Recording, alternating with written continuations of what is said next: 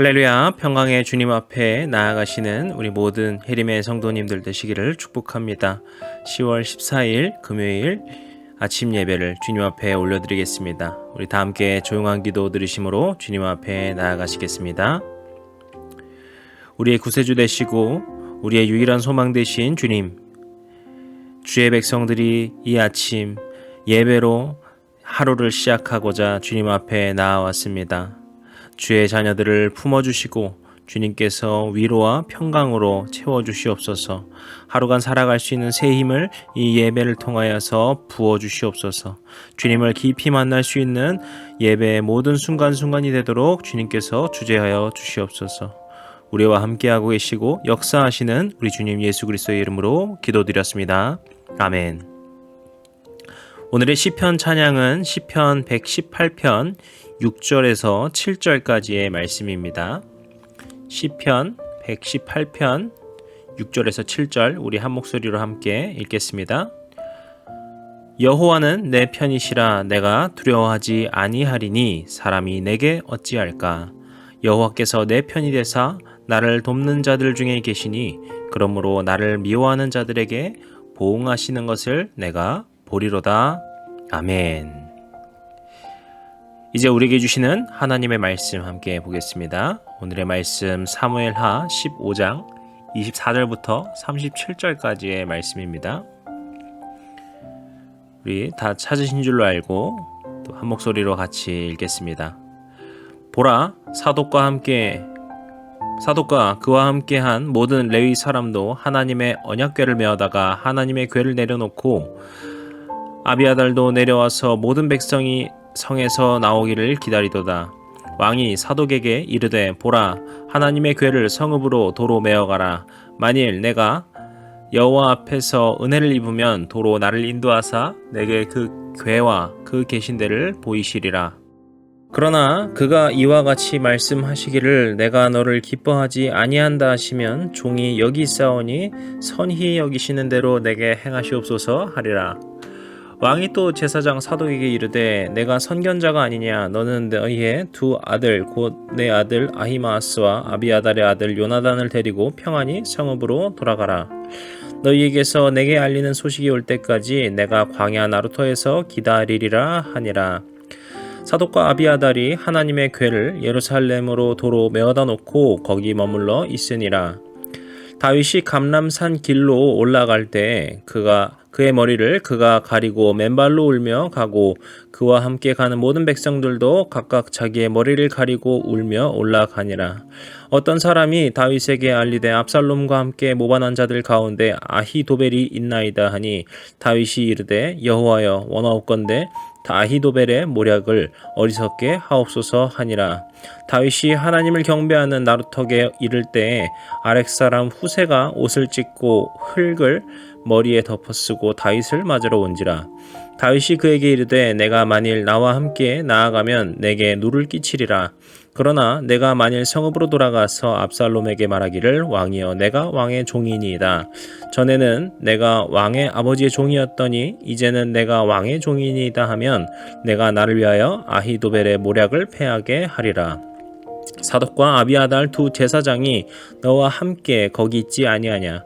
내가 왕의 궁중에서 무엇을 듣든지 사독과 아비아달 두 제사장에게 알리라. 그들의 두 아들 곧 사독의 아히마아스와 아비아달의 요나단이 그들과 함께 거기 있나니 너희가 듣는 모든 것을 그들 편에 내게 소식을 알릴지니라 하는지라. 다윗의 친구 후세가 곧 성읍으로 들어가고 압살롬도 예루살렘으로 들어갔더라. 아멘. 오늘 말씀은 어제에 이어서 계속해서 도망하고 광야로 나서고 있는 다윗과 그 무리들의 이야기들을 보여주고 있습니다.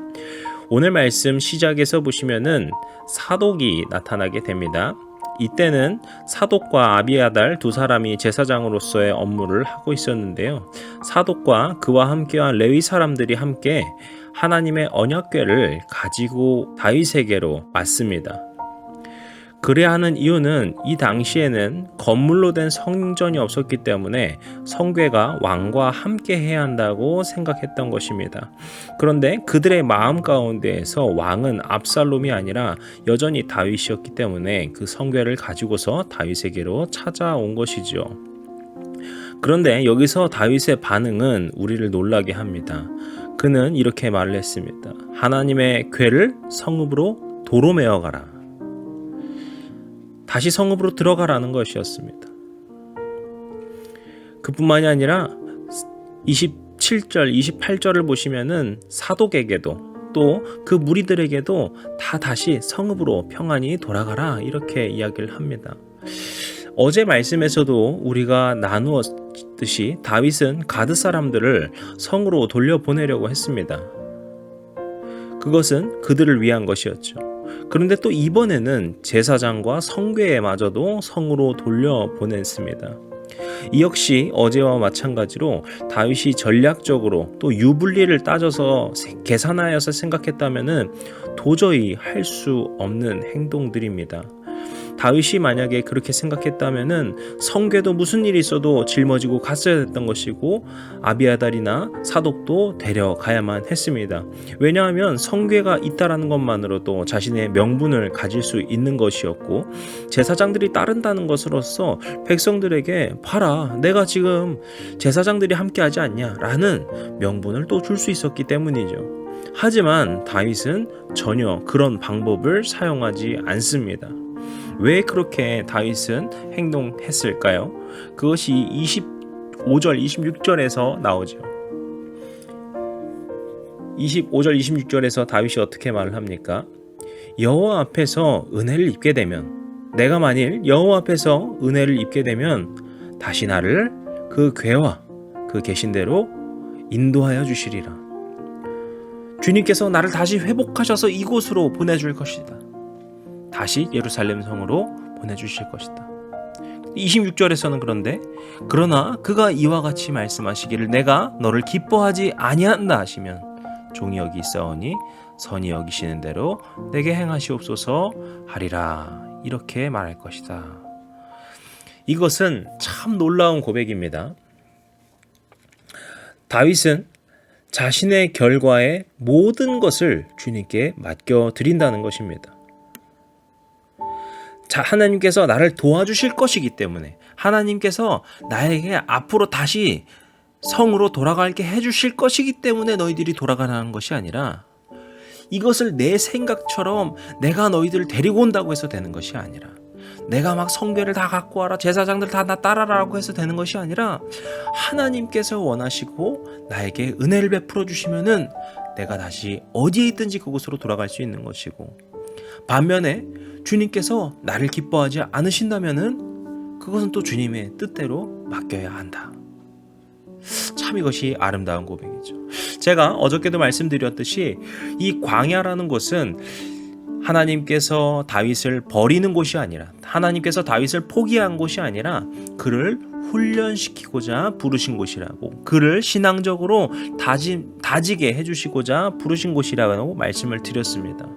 지금 오늘 이 다윗의 모습 가운데에서 우리는 그가 정말 더욱더 신앙적으로 성숙해지고 있는 정말 인간적인 계산이나 유불리를 따지면서 행동하는 것이 아니라 하나님께서 내게 인도해 주시는 대로 하나님께서 뜻하시는 대로 행동하실 것을 겸손하고 겸허하게 받아들이고 구하는 그런 다윗의 모습을 우리가 발견하게 되는 것이죠. 그리고 이제 이어서 30절에 이제 그렇게 떠나보내고서요.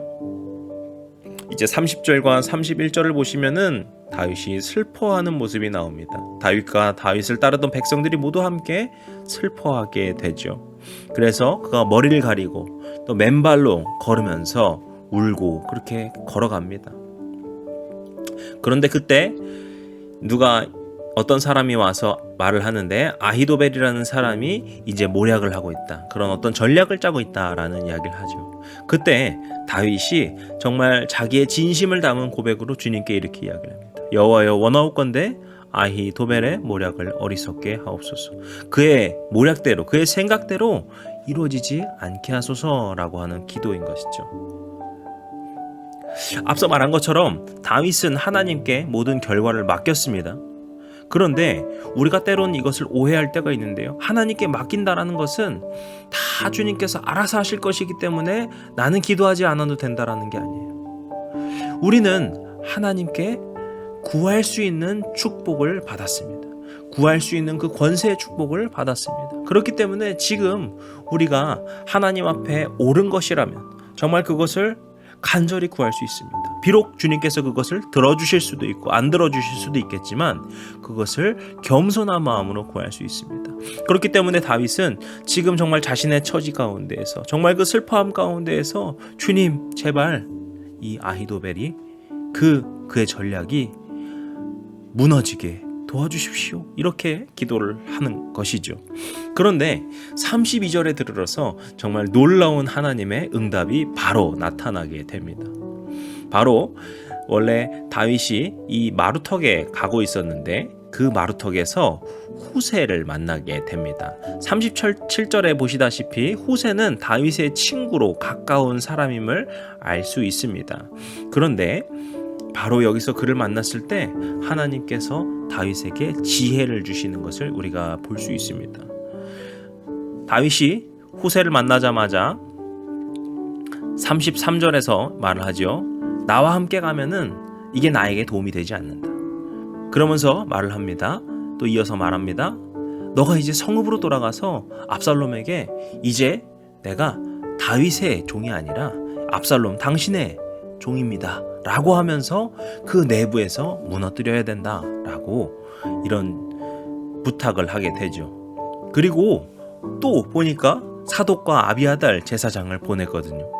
이제 후세 당신이 그들을 통하여서 나에게 그곳에 있는 소식을 알려주십시오 라고 또 이야기를 하게 됩니다. 저는 여기서 또 참 재미있는 것을 발견하게 됩니다. 우리가 인간적인 계산을 하지 않고 그때 하나님의 인도하심을 구하면서 또 기도로 구할 때 하나님께서는 그때 정말 적재적소에 가장 필요한 사람과 가장 필요한 능력과 가장 필요한 상황을 우리에게 주십니다. 우리가 또 재미있는 점은 다윗이 하나님께 기도했죠. 아히도벨의 모략이 어리석게 하여 주십시오 라고 할 때 어떻게 보면 가장 단순한 방법이 무엇이 있겠습니까? 갑자기 아히도벨이 배가 아파서 갑자기 쓰러진다던가 갑자기 죽는다던가 하면은 어떻게 보면 가장 단순하고 명료하지 않겠습니까?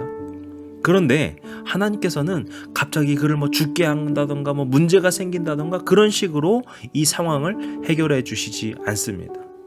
하지만 그가 기도를 마치고 그 마루턱에 올라갔을 때 후세를 보내주셨을 때 후세를 만났을 때 하나님께서 이 후세를 통하여서 일을 행하고자 하시는구나. 이제 이 후세를 통하여서 내가 이 역전의 발판을 마련할 수 있겠구나 라고 하는 지혜를 더하여 주신 것입니다. 그렇게 하나님께서 이 다윗에게 다시 역전할 수 있는 기회들을 만들어가고 계시는 것을 다윗이 경험하게 되는 것이죠. 그리하여서 이제 후세는 성읍으로 돌아가게 되고 압살롬도 예루살렘으로 들어갔더라라는 말씀으로 오늘 말씀이 마무리가 되면서 이제 새로운 일들을 행하실 주님, 이제 다윗을 통하여서 또 다윗이 보낸 그 후세와 그 제사장들을 통하여서 새로운 일을 행하실 주님을 소망하게 합니다. 저는 오늘 이 말씀을 이렇게 쭉 묵상을 하면서 하나님께서 행하시는 일들이 얼마나 신묘망측한가, 얼마나 놀라운가 이런 생각을 하게 됩니다. 우리의 생각대로 되는 것이 아니고 우리의 방법대로 우리가 상상한 대로 무조건 역사하시는 것이 아니지만 주님께서는 주님을 믿고 또 주님의 뜻을 순종하고 또 주님께 간절한 마음으로 간구하는 자들에게 하나님의 방법으로, 하나님의 방식으로, 하나님의 뜻으로 역사하여 주신다는 것이죠. 그것이 바로 이 다윗을 통하여서 오늘 보여주신 놀라우신 하나님의 일인 것입니다. 오늘 하루 우리 성도님들 살아가실 때 오늘 하루뿐만이 아니라 우리에게 많은 기도 제목과 바람과 하나님께 구하는 여러 가지들이 있으리라 생각이 됩니다. 우리가 소망하는 또 많은 것들이 있으리라 생각이 됩니다. 그때마다 우리가 오늘 이 다윗의 모습처럼 간절히 기도로 구하시고, 그리고 그 기도로 구한다는 것이 내가 기도로 구하면 하나님께서 어떻게든 알아서 해주실 것이다가 아니라, 우리가 많은 상황들을 주시하면서 주님께서 나에게 주시는 것이 무엇인가를 보면서 주님께서 주신 그때마다의 일 가운데 반응하시고, 그 반응을 통하여서 역사하시는 모두가 되셨으면 좋겠습니다. 그렇게 주님의 뜻에 모든 것을 맡겨드리고 또 주님께서 주신 그 응답에 반응하시는 우리 모든 성도님들이 되실 때, 그 모든 삶의 여정을 인도하여 주시는 주님께서 역사하시고 일하여 주실 것을 믿습니다. 그런 주님의 함께 하심을 마음껏 누리시는 우리 모든 성도님들이 되시기를 주님의 이름으로 간절히 축복합니다.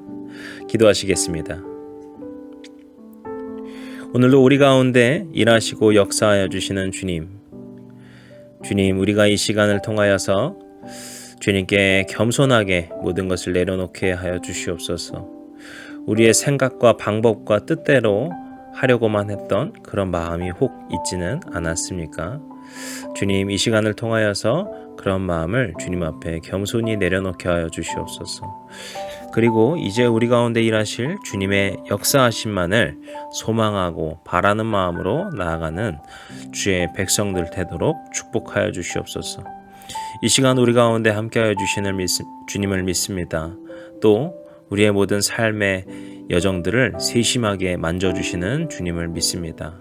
그런 주님과 함께 동행하며 승리로 나아가는 소망 되신 주님만을 붙들며 살아가는 주의 자녀들 되도록 주님 인도하여 주시옵소서. 우리를 사랑하시는 우리 주님 예수 그리스도의 이름으로 기도드렸습니다. 아멘. 이제 함께 주기도문 드리시고 오늘 하루 승리하시기를 축복합니다. 함께 기도하시겠습니다. 하늘에 계신 우리 아버지여, 이름이 거룩히 여김을 받으시오며 나라의 임하옵시며 뜻이 하늘에서 이룬 것 같이 땅에서도 이루어지이다. 오늘날 우리에게 일용할 양식을 주옵시고 우리가 우리에게 죄 지은 자를 사하여 준 것 같이 우리 죄를 사하여 주옵시고 우리를 시험에 들게 하지 마옵시고 다만 악에서 구하옵소서. 나라와 권세와 영광이 아버지께 영원히 있사옵나이다. 아멘.